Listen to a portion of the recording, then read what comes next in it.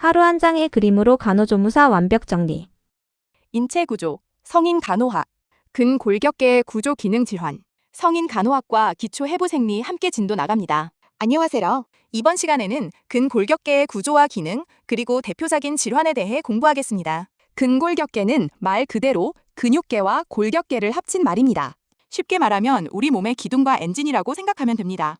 뼈는 건물의 철골 구조처럼 몸의 틀을 만들고, 근육은 그 철골을 움직이게 하는 모터 역할을 합니다. 관절은 문에 달린 경첩처럼 뼈와 뼈 사이를 연결해서 움직임을 가능하게 합니다. 우리가 걷고, 앉고, 일어나고, 손을 들고, 음식을 씹고, 숨을 쉬는 모든 움직임에는 근골격계가 관여합니다. 간호조무사 구파 시험에서도 근골격계는 자주 출제됩니다. 특히 다음 내용은 반드시 기억해야 합니다. 성인의 뼈는 총 206개입니다. 골막은 뼈를 보호하고 골절 회복에 중요합니다. 골수는 혈구를 생산합니다. 따라서 조혈 기능하면 골수입니다. 골격근은 수의근이고 평활근과 심근은 불수의근입니다. 골다공증, 퇴행성 관절염, 고관절 골절, 수근관 증후군은 대표적인 출제 질환입니다. 골격계의 기본 개념. 먼저 골격계부터 살펴보겠습니다. 골격계는 우리 몸의 뼈와 관절, 연골, 인대 등으로 이루어져 있습니다. 뼈는 단순히 딱딱한 막대기가 아닙니다. 뼈는 살아있는 조직입니다. 뼈 안에는 혈관이 지나가고 신경도 분포하며 계속해서 만들어지고 흡수되는 대사가 이루어집니다. 그래서 뼈는 부러져도 시간이 지나면 다시 붙을 수 있습니다. 우리 몸의 뼈는 성인 기준으로 총 206개입니다. 이 숫자는 국가시험에서 아주 자주 나옵니다. 성인의 뼈는 몇 개인가? 정답은 206개입니다. 2. 뼈의 구조. 뼈는 크게 골막, 골조직, 골수로 나누어 볼 수 있습니다. 골막. 골막은 뼈의 바깥을 싸고 있는 얇은 막입니다. 골막은 뼈를 보호하고 혈관과 신경이 풍부하게 분포합니다. 또한 골절이 발생했을 때 새로운 뼈가 만들어지는데 중요한 역할을 합니다. 쉽게 말하면 골막은 뼈의 보호막이자 수리센터입니다. 뼈가 부러졌을 때 다시 붙는 능력에 골막이 깊게 관여합니다. 시험 포인트입니다. 골절 시 뼈 재생의 중요한 구조는 골막입니다. 이 골조직. 골조직은 뼈의 실질적인 단단한 부분입니다. 골조직은 크게 치밀뼈와 해면뼈로 나뉩니다. 치밀뼈는 뼈의 바깥쪽을 이루는 단단하고 조밀한 부분입니다. 마치 콘크리트 벽처럼 단단하게 몸을 지탱합니다. 해면뼈는 뼈의 안쪽에 있는 스펀지 같은 구조입니다. 구멍이 많고 가벼우며 충격을 흡수하는 역할을 합니다. 골다공증이 생기면 이 해면뼈의 구조가 약해져서 뼈가 잘 부러집니다. 해면뼈는 특히 척추뼈, 골반뼈 등에 많이 분포합니다. 그래서 골다공증 환자에게 척추 압박 골절, 고관절 골절이 잘 생깁니다. 3. 골수. 골수는 뼈 안쪽 공간에 있는 조직입니다. 골수는 혈액세포를 만드는 장소입니다. 즉, 조혈 기능을 담당합니다. 적혈구, 백혈구, 혈소판이 골수에서 만들어집니다. 적혈구는 산소 운반, 백혈구는 면역작용, 혈소판은 지혈작용을 담당합니다. 골수는 적골수와 황골수로 나눌 수 있습니다. 적골수는 혈구를 만드는 조혈작용을 합니다. 황골수는 지방을 저장합니다. 성인에서는 흉골, 늑골, 척추, 골반 같은 뼈에 적골수가 많이 남아 있습니다. 시험 포인트입니다. 골수는 혈구를 생산한다. 이 문장은 반드시 기억해야 합니다. 3. 뼈의 위치에 따른 분류. 뼈는 위치에 따라 크게 머리뼈, 몸통뼈, 팔다리뼈로 나눌 수 있습니다. 1. 두개골. 두개골은 머리 부분의 뼈입니다. 두개골은 뇌를 보호합니다. 두개골은 크게 뇌두개골과 안면골로 나눕니다. 뇌두개골은 뇌를 감싸는 뼈입니다. 대표적으로 전두골, 두정골, 측두골, 후두골이 있습니다. 안면골은 얼굴을 이루는 뼈입니다. 상악골, 하악골, 비골 등이 여기에 해당합니다. 특히 하악골은 아래턱뼈입니다. 하악골은 측두골과 만나서 악관절을 형성합니다. 이 이소골과 설골. 이소골은 귀 안에 있는 작은 뼈입니다. 소리를 전달하는 역할을 합니다. 설골은 목 앞쪽에 있는 뼈입니다. 다른 뼈와 직접 관절을 이루지 않는 독특한 뼈입니다. 혀와 후두의 움직임에 관여합니다. 3. 척추뼈. 척추는 우리 몸의 중심 기둥입니다. 척추뼈와 척추 사이 원반, 즉 추간판이 함께 척추를 구성합니다. 척추는 척수를 보호합니다. 척수는 뇌와 몸을 연결하는 중요한 신경 통로입니다. 척추는 부위별로 다음과 같이 나뉩니다. 경추 7개, 흉추 12대, 요추 5개, 천골 1개, 미골 1개입니다. 여기서 국가시험에 자주 나오는 것은 경추 7개입니다. 목뼈는 7개, 등뼈는 12개, 허리뼈는 5개입니다. 암기할 때는 목 7, 등 12, 허리 5. 이렇게 외우면 좋습니다. 척추 사이에는 추간판이 있습니다. 추간판은 흔히 디스크라고 부릅니다. 추간판은 충격을 흡수하는 쿠션 역할을 합니다. 우리가 걷거나 뛸 때 척추가 받는 충격을 줄여줍니다. 4. 흉곽. 흉곽은 가슴 부분의 뼈 구조입니다. 흉골과 늑골, 흉추로 구성됩니다. 흉곽은 심장과 폐를 보호합니다. 늑골은 흔히 갈비뼈라고 부릅니다. 심장과 폐는 생명 유지에 아주 중요한 장기이기 때문에 늑골이 감싸서 보호합니다. 5. 상지골. 상지골은 팔과 손을 이루는 뼈입니다. 쇄골, 견갑골, 상완골, 요골, 척골, 수근골, 중수골, 수지골이 있습니다. 상완골은 위팔뼈입니다. 요골과 척골은 아래팔뼈입니다. 요골은 엄지손가락 쪽, 척골은 새끼손가락 쪽에 있습니다. 이 부분도 시험에 종종 나옵니다. 요골은 엄지 쪽, 척골은 새끼손가락 쪽으로 기억하면 됩니다. 6. 하지골. 하지골은 다리와 발을 이루는 뼈입니다. 대퇴골, 쓸개골, 경골, 비골, 족근골, 중족골, 족지골이 있습니다. 대퇴골은 넓적다리 뼈입니다. 인체에서 가장 길고 강한 뼈입니다. 쓸개골은 무릎 앞쪽의 뼈, 즉 무릎뼈입니다. 경골은 정강이 뼈입니다. 체중을 많이 지탱합니다. 비골은 종아리 바깥쪽에 있는 가느다란 뼈입니다. 체중 지지보다는 근육 부착과 발목 안정에 관여합니다. 4. 관절의 구조와 기능. 관절은 뼈와 뼈가 만나는 부위입니다. 관절이 있기 때문에 우리 몸은 구부리고 펴고 돌릴 수 있습니다. 관절에는 관절 연골, 관절낭, 활액, 인대가 있습니다. 관절 연골은 뼈 끝부분을 덮고 있는 부드러운 조직입니다. 뼈끼리 직접 부딪히지 않도록 보호합니다. 활액은 관절 안에서 윤활유 역할을 합니다. 자동차 엔진에 오일이 필요하듯이 관절에도 부드러운 움직임을 위해 활액이 필요합니다. 인대는 뼈와 뼈를 연결합니다. 관절이 너무 과하게 움직이지 않도록 잡아주는 역할을 합니다. 5. 악관절. 악관절은 얼굴 부위의 유일한 관절입니다. 측도골과 하악골이 만나 이루어집니다. 입을 벌리고 다물고 씹고 말하는 동작에 관여합니다. 악관절 장애가 있으면 입을 벌릴 때 딱딱 소리가 나거나 통증이 생길 수 있습니다. 6. 뼈의 기능. 뼈의 기능은 크게 5가지입니다. 1. 지주 기능. 뼈는 몸의 형태를 유지합니다. 건물의 기둥처럼 몸을 지탱합니다.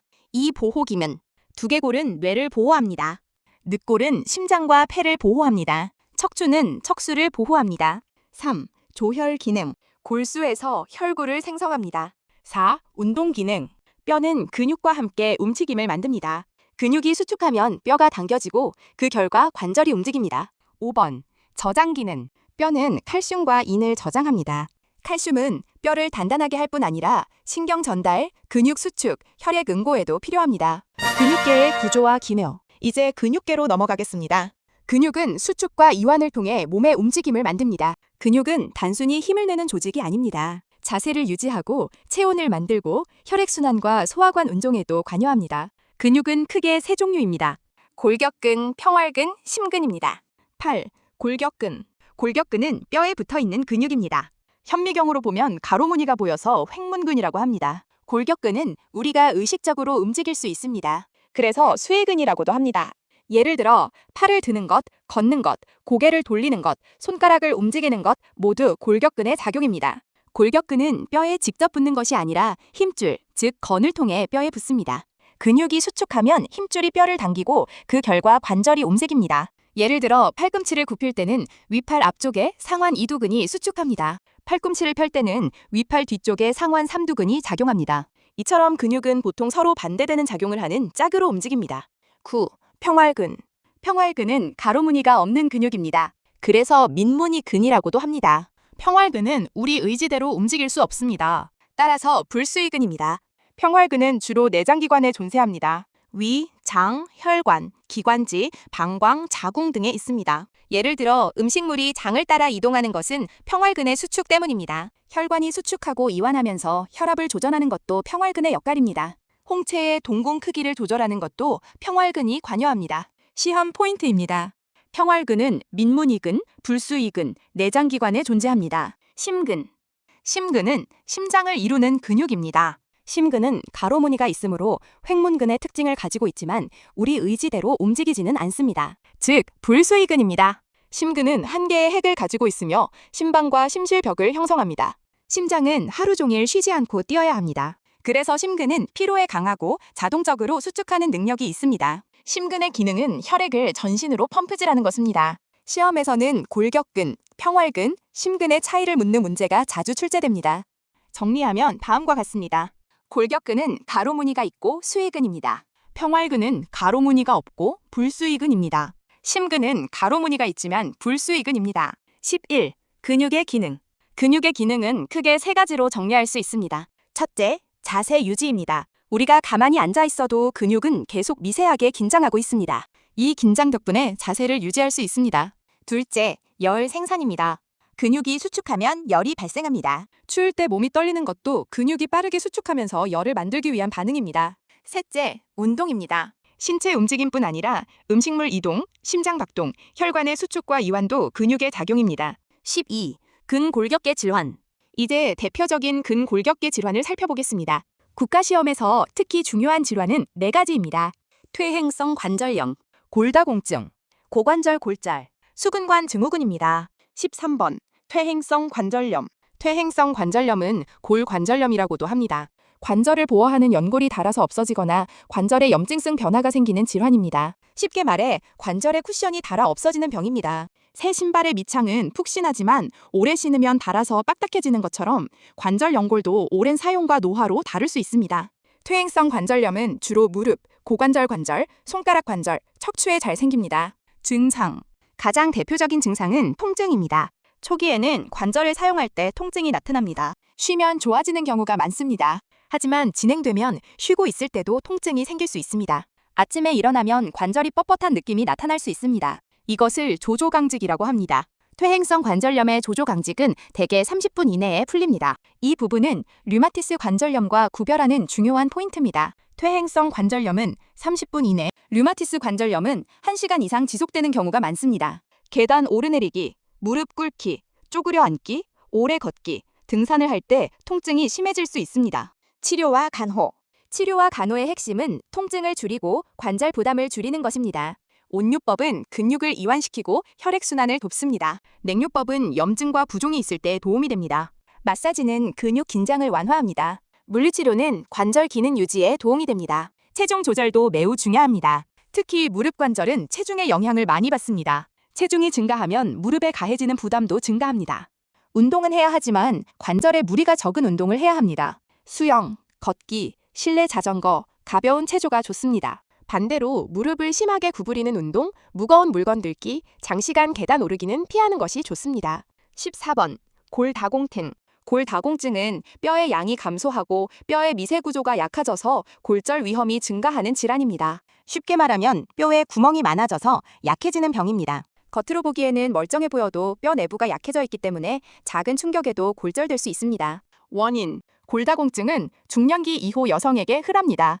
특히 폐경 후 여성에게 많이 발생합니다. 그 이유는 여성 호르몬인 에스트로겐이 감소하기 때문입니다. 에스트로겐은 뼈를 보호하는 역할을 합니다. 폐경 후 에스트로겐이 감소하면 뼈의 흡수가 증가하여 골밀도가 낮아집니다. 그 밖의 위험 요인은 다음과 같습니다. 40세 이후 골절 경험, 척추 골절, 흡연, 음주, 카페인 과다 섭취, 운동 부족, 저체중, 유전적 요인, 칼슘과 비타민 D 부족입니다. 증상.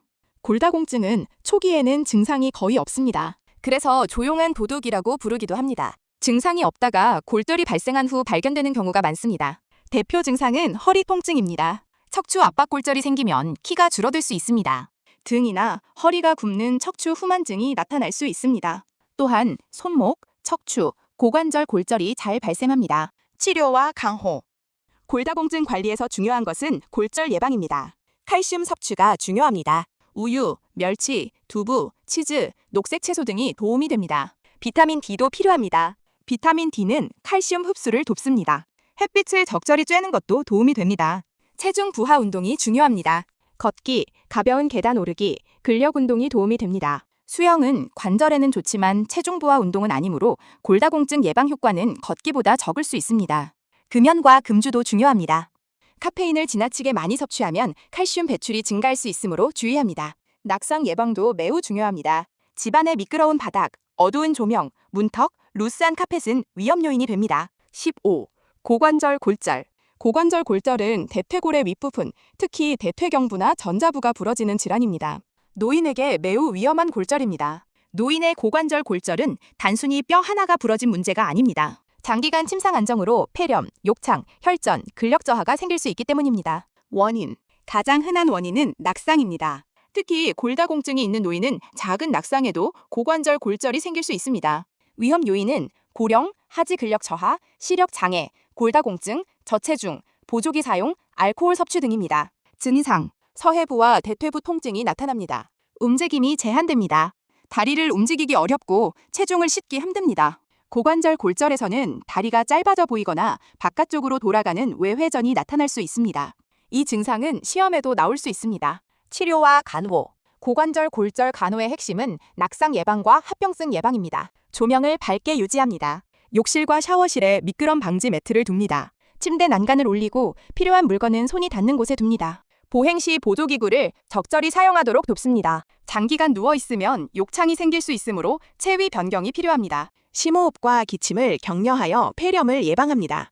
하지 운동을 통해 혈전 형성을 예방합니다. 16. 수근관 증후군. 수근관 증후군은 손목의 수근관이라는 좁은 통로에서 정중신경이 압박되어 발생합니다. 수근관 안에는 힘줄과 정중신경이 지나갑니다. 이 공간이 좁아지거나 압력이 증가하면 정중신경이 눌리게 됩니다. 정중신경은 엄지, 검지, 중지, 약지의 일부 감각과 엄지 근육 운동에 관여합니다. 원인. 반복적인 손목 사용이 원인이 될 수 있습니다. 컴퓨터 작업, 스마트폰 사용, 손목을 많이 쓰는 직업에서 잘 생깁니다. 임신, 당뇨병, 갑상선 기능 저하증, 류마티스 관절염에서도 발생할 수 있습니다. 증상. 손바닥과 손가락 저림이 나타납니다. 특히 엄지, 검지, 중지가 저릴 수 있습니다. 손의 감각이 둔해지고 물건을 잘 떨어뜨릴 수 있습니다. 엄지손가락 운동기능 장애가 나타날 수 있습니다. 밤에 증상이 심해져서 잠에서 깨는 경우도 있습니다. 간호. 손목 안정이 중요합니다. 손목을 과도하게 구부리지 않도록 부목이나 손목 보호대를 사용할 수 있습니다. 수술 후에는 혈액순환을 확인해야 합니다. 손가락 색깔, 온도, 감각, 움직임을 확인합니다. 수술 직후부터 손가락 운동을 실시하여 부종과 강직을 예방합니다. 손과 팔은 24시간 정도 올려 부종을 줄입니다. 통증이 있을 때는 얼음찜질과 진통제를 사용할 수 있습니다. 46주간 무거운 물건 들기나 무리한 손목 사용은 피해야 합니다. 17. 국가시험 핵심 정리. 마지막으로 국가시험 핵심 내용 정리하겠습니다. 성인의 뼈는 총 206개입니다. 골막은 뼈를 보호하고 골절 시 뼈 재생에 중요합니다. 골수는 혈구를 생산합니다. 치밀뼈는 단단한 바깥층입니다. 해면뼈는 스펀지 구조로 충격 흡수와 골수 공간 형성에 관여합니다. 척추는 경추 7개, 흉추 12개, 요추 5개입니다. 악관절은 얼굴 부위의 유일한 관절이며 측두골과 하악골이 만나 형성됩니다. 뼈의 기능은 지주 기능, 보호 기능, 조혈 기능, 운동 기능, 저장 기능입니다. 골격근은 가로무늬가 있고 수의근입니다. 평활근은 가로무늬가 없고 불수의근입니다. 심근은 가로무늬가 있지만 불수의근입니다. 퇴행성 관절염은 연골이 닳아 발설하며 관절 사용 시 통증이 심해집니다. 퇴행성 관절염의 조조강직은 대개 30분 이내입니다. 골다공증은 폐경 후 여성에게 흔하고 골절 예방이 중요합니다. 골다공증 예방에는 칼슘, 비타민 D, 체중 부하 운동, 금연, 금주가 중요합니다. 고관절 골절은 노인 낙상과 관련이 깊으며 낙상 예방이 가장 중요합니다. 수근관 증후군은 정중신경 압박으로 손 저림과 감각 이상이 나타납니다. 마무리 멘트. 오늘은 근골격계의 구조와 기능, 그리고 대표적인 질환을 공부했습니다. 근골격계는 단순히 뼈와 근육만 외우는 단원이 아닙니다. 우리 몸이 어떻게 서 있고 어떻게 움직이며 왜 통증과 골절이 생기는지를 이해하는 단원입니다. 특히 간호조무사 국가시험에서는 해부학적 구조와 질환의 증상, 간호 방법이 함께 출제됩니다. 따라서 단순 암기고다. 뼈는 지지하고 보호한다. 근육은 움직임과 열을 만든다. 관절은 움직임을 가능하게 한다. 노인은 골다공증과 낙상으로 골절 위험이 높다. 이 흐름으로 이해하면 훨씬 쉽게 기억할 수 있습니다. 오늘 내용 중 가장 중요한 것은 다음 4가지입니다. 첫째, 뼈의 구조와 기능. 둘째, 근육의 종류와 특징. 셋째, 퇴행성 관절염과 골다공증의 차이. 넷째, 고관절 골절과 수근관 증후군의 간호입니다. 이 부분을 중심으로 반복 학습하면 국가시험 대비에 큰 도움이 됩니다. 수고하셨습니다.